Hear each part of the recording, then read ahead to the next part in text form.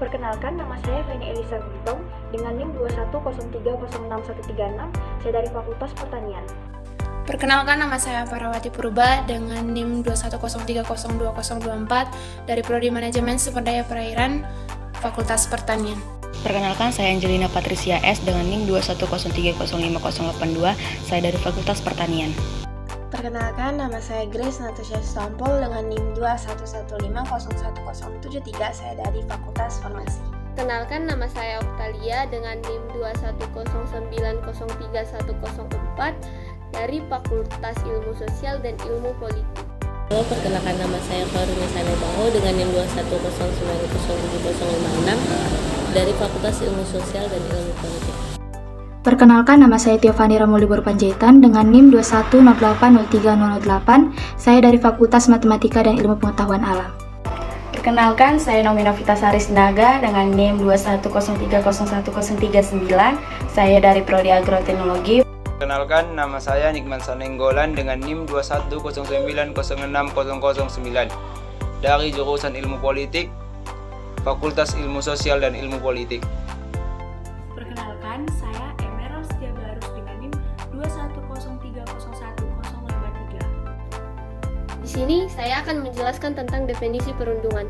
Perundungan adalah suatu perilaku tidak menyenangkan baik secara verbal maupun fisik yang membuat seseorang merasa tidak nyaman, sakit hati, dan tertekan. Biasanya perundungan dilakukan oleh perorangan dan kelompok. Perundungan dianggap terjadi bila seseorang merasa tidak nyaman dan sakit hati atas perbuatan orang lain. Perundungan dapat diberatkan sebagai banyak kekerasan lain, misalnya seperti tawanan, terjadi pengeroyokan, pembunuhan, dan sebagainya. Perundungan adalah tindakan bullying yang saat ini sering terjadi di sekitar kita, terlebih lagi di kalangan siswa, mahasiswa, dan remaja. Perundungan dapat terjadi kapan dan di mana saja, baik dalam dunia nyata seperti di sekolah, rumah, tempat umum, ataupun di dunia maya, misalnya seperti di media sosial atau pesan elektronik lainnya. Akibat yang ditimbulkan dari perundungan adalah mengalami penderitaan depresi yang berkepanjangan dan parahnya adalah bunuh diri. Data UNICEF 2015 menyebutkan 50% siswa pernah mengalami perundungan di sekolah. Baiklah, di sini saya akan menjelaskan mengenai faktor-faktor perundungan. Yang pertama yaitu faktor dari pribadi sendiri atau individu, di mana adanya dendam iri hati. Yang kedua adanya semangat ingin menguasai korban secara seksual ataupun kekuasaan fisik. Yang ketiga untuk meningkatkan popularitas di antara teman sepermainan. Yang ketiga, persepsi nilai yang salah dari korban sehingga kerap kali korban merasa memang dirinya pantas untuk menjadi korban perundungan. Yang kedua adalah faktor keluarga, di mana faktor keluarga seperti orang tua yang sering berantem atau hubungan orang tua yang tidak harmonis dan kurangnya kasih sayang terhadap anak juga mempengaruhi penyebab faktor perundungan ini, di mana anak menjadi lebih agresif dan kurangnya didikan positif dari pihak keluarga. Yang ketiga adalah faktor teman sebaya, di mana teman sebaya memiliki peran yang cukup penting ketika si pelaku perundungan mempunyai teman yang mendukung banyak sehingga dia merasa bahwa dia punya kekuasaan dan punya popularitas serta status untuk melakukan itu. Dan kerap kali teman yang ketika melihat temannya melakukan perundungan memiliki sikap diam, memilih untuk tidak melaporkan hal itu, sehingga perundungan pun terus terjadi. Terima kasih, selanjutnya akan dijelaskan oleh teman saya. Baik, akan saya lanjutkan. Berikutnya adalah faktor media. Paparan aksi dan tingkah laku kekerasan yang sering ditayangkan oleh televisi dan media elektronik akan mempengaruhi tingkah laku kekerasan anak-anak dan remaja. Tayangan yang dimaksud bisa berupa film yang mengandung unsur-unsur kekerasan, yang biasanya tidak diperbolehkan untuk ditonton oleh anak-anak maupun remaja. Dari sini kita dapat buktikan bahwa perlu pengawasan orang tua terhadap anak-anaknya dalam pemilihan tayangan televisi, sosial media, ataupun media lainnya, dan menghindari tayangan bersifat negatif ataupun yang belum memenuhi persyaratan usia. Beberapa waktu yang lalu, masyarakat diramalkan oleh perdebatan mengenai dampak tayangan Smackdown di sebuah televisi swasta yang dikatakan telah mempengaruhi perilaku kekerasan pada anak-anak. Bagi yang belum mengetahui tentang tayangan Smackdown merupakan sebuah program hiburan gulat yang merupakan bagian dari World Wrestling Entertainment Amerika Serikat. Meskipun belum ada kajian empiris dampak tayangan Smackdown di Indonesia, namun para ahli ilmu sosial umumnya menerima bahwa tayangan yang berisi kekerasan akan memberikan dampak yang buruk, baik dari jangka pendek maupun dalam jangka panjang kepada anak-anak. Dan yang terakhir adalah faktor sekolah. Lingkungan, praktik, dan kebijakan sekolah mempengaruhi aktivitas, tingkah laku, serta interaksi pelajar di sekolah. Salah satu contoh yang dapat kita lihat dari lingkungan sekolah, pergaulan yang buruk tentu akan mempengaruhi aktivitas, tingkah laku, serta interaksi pelajar di sekolah. Rasa aman dan dihargai merupakan dasar kepada pencapaian akademik yang tinggi di sekolah. Jika hal ini tidak dipenuhi, maka pelajar mungkin bertindak untuk mengontrol lingkungan mereka dengan melakukan tingkah laku antisosial seperti melakukan perundungan terhadap orang lain. Banyak anak-anak dan remaja yang akan dikucilkan ataupun merasa dikucilkan jika tidak dapat memenuhi standar pencapaian akademik.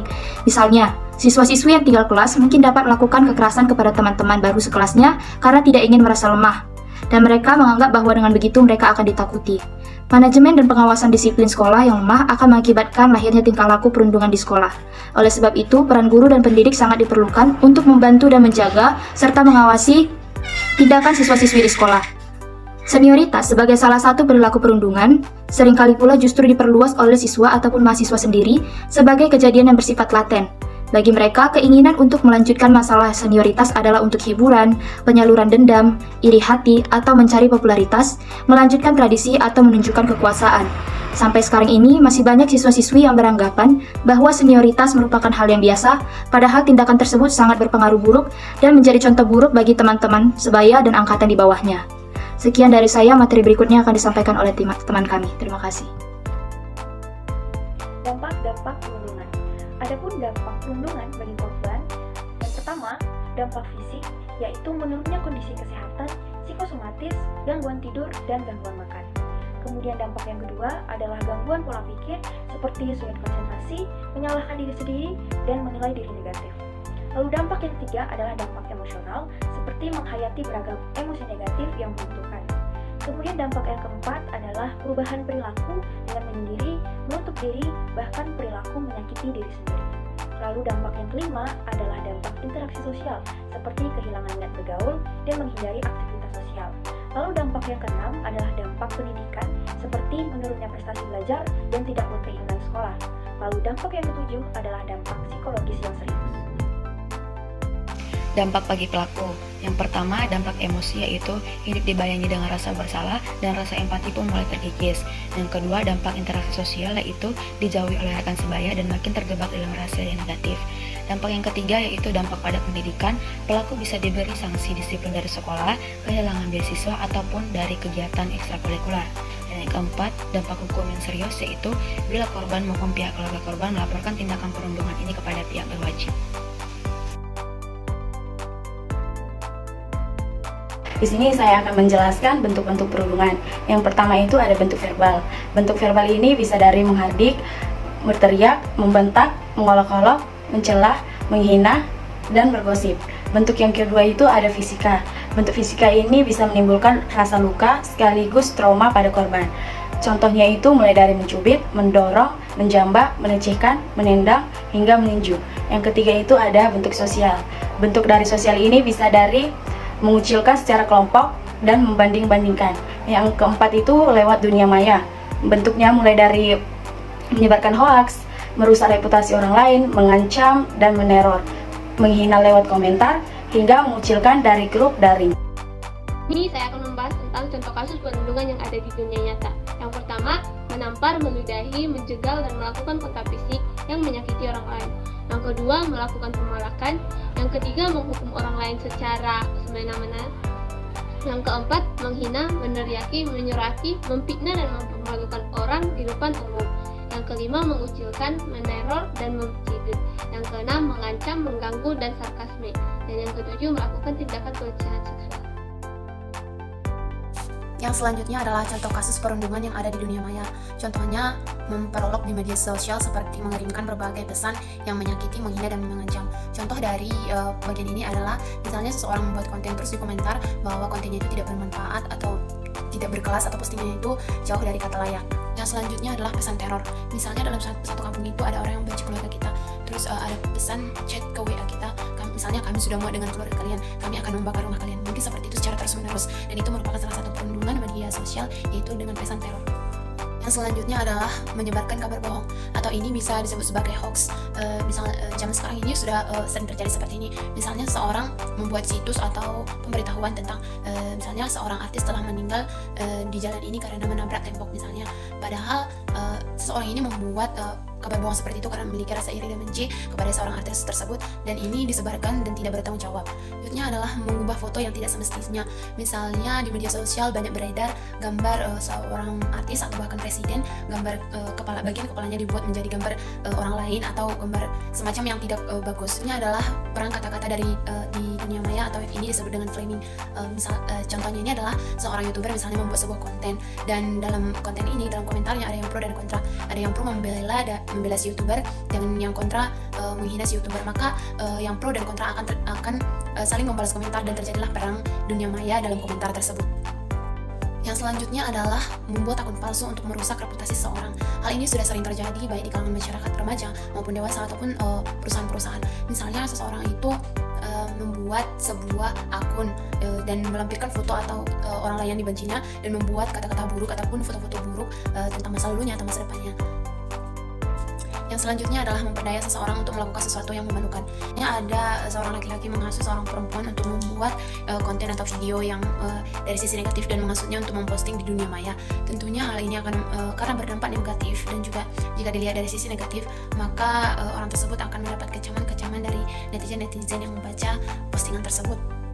Yang selanjutnya adalah mengucilkan seseorang dari grup daring atau online.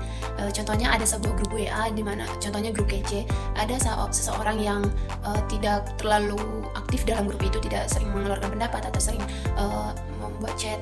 Nah, secara mungkin adminnya langsung mengeluarkan yang tidak aktif ini dari grup tersebut. Nah, secara langsung itu bentuk perundungan dengan mengucilkan dari sisi media sosial. Stop perundungan sekarang juga, karena perundungan bukanlah isu yang sepele. Sebab masalah ini dapat berdampak buruk pada prestasi akademis, kehidupan sosial, serta kesehatan mental maupun fisik seseorang. Berikut adalah beberapa usaha untuk pencegahan perundungan.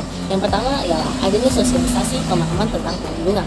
Hal yang paling mendasar dalam pencegahan perundungan adalah pemahaman terkait perundungan itu sendiri, terutama adalah efek perundungan yang dapat menimbulkan trauma hingga dewasa. Pemahaman terkait perundungan dapat dimulai dari hal-hal yang kecil, seperti adanya edukasi maupun sosialisasi tentang perundungan, dan membuat poster-poster tentang perundungan yang dapat dipajang di lingkungan kita. Kemudian, membuat kebijakan terkait aksi perundungan. Karena meraknya perundungan yang berakhir damai tanpa memikirkan psikologis korban, maka masyarakat setempat maupun satuan pendidikan harus membuat kebijakan, aturan, serta sanksi yang tegas terkait perundungan yang ada di lingkungan sekitar. Salah satunya adalah dengan menetapkan mekanisme penanganan kasus perundungan. Selain itu, masyarakat setempat maupun satuan pendidikan juga wajib tegas dan tidak pandang bulu untuk menindaklanjutkan tindakan perundungan. Hal ini guna membuat calon-calon perundungan berpikir dua kali untuk melakukan tindakan tersebut. Memastikan jalur komunikasi yang terbuka untuk pelaporan kasus ketika ada perundungan terjadi. Sekolah seringkali terlambat mengetahui atau merespon. Karena itu, satuan pendidikan perlu memiliki sistem mekanisme pelaporan kasus perundungan yang ada di lingkungannya. Pembentukan mekanisme dan standar operasional untuk jalur komunikasi pelaporan yang aman dan sensitif adalah salah satu cara agar kasus perundungan bisa lebih terungkap. Tak jarang, korban ataupun warga sekolah lainnya enggan untuk melapor karena takut menjadi sasaran perundungan selanjutnya. Mengadakan kegiatan anti perundungan lainnya, satuan pendidikan bisa memulai program sekolah yang menyebarkan pesan dan perilaku kebaikan untuk membangun norma yang menentang perundungan. Program-program tersebut dapat dimasukkan ke dalam kegiatan intrakurikuler maupun kurikuler. Contoh kegiatan anti perundungan yang dapat dilakukan seperti Anti-Bullying Day, pentas seni, penandatanganan deklarasi anti perundungan oleh seluruh warga sekolah, ataupun ide-ide kreatif lainnya.